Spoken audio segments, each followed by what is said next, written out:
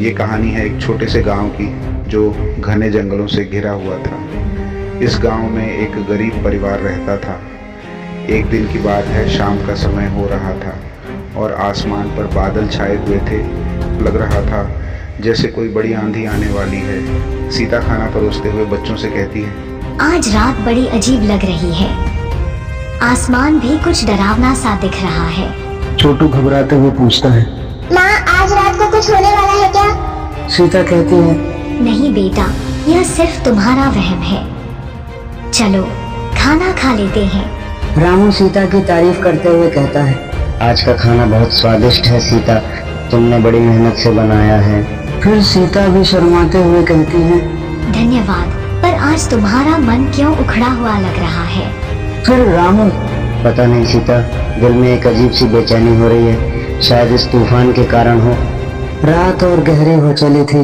जंगल से कुछ अजीबोगरीब आवाजें आ रही थीं, जो रामू के मन में डर पैदा कर रही थीं। रामू ने चौंकते हुए कहा, सीता, तुमने वो आवाज सुनी क्या? फिर सीता कहती है, कौन सी आवाज? मुझे तो कुछ नहीं सुनाई दे रहा।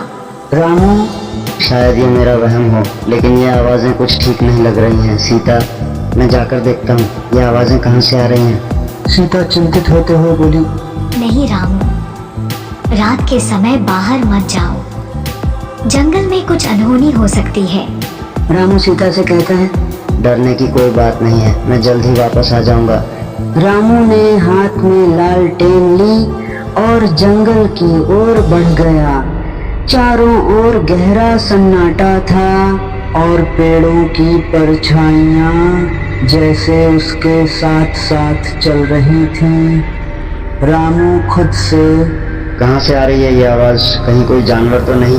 रामू डरते हुए, कौन है वहाँ? सामने आओ। एक साया हंसते हुए सामने आता है और फिर कहता है, तूने मुझे बुलाया और अब डर रहा है? रामू घबराते हुए, कौन हो तुम और क्या चाहते हो? रामू के दिल की धड़कनें तेज हो गईं। उसने अपनी जान बचाने के लिए भागना शुरू किया, लेकिन वो जो भी था उसके पीछे पीछे दौड़ रहा था। रामू भागते हुए कहता है, हे भगवान, मुझे बचा लो। भूत चीखते हुए। तू मुझसे बच नहीं सकता। रामू गिरते हुए। अरे ये क्या हुआ? भूत भी गिरते हुए, हंसते हुए, अरे रामू भैया, मैं हूँ, बस मजाक कर रहा था। रामू गुस्से में लाल हो गया। तुझे तो मैं छोड़ूंगा नहीं। फिर वे दोनों भाई जंगल से घर की ओर चले आते हैं। रामू फिर अपने घर और सभी लोगों से चर्चा करता है।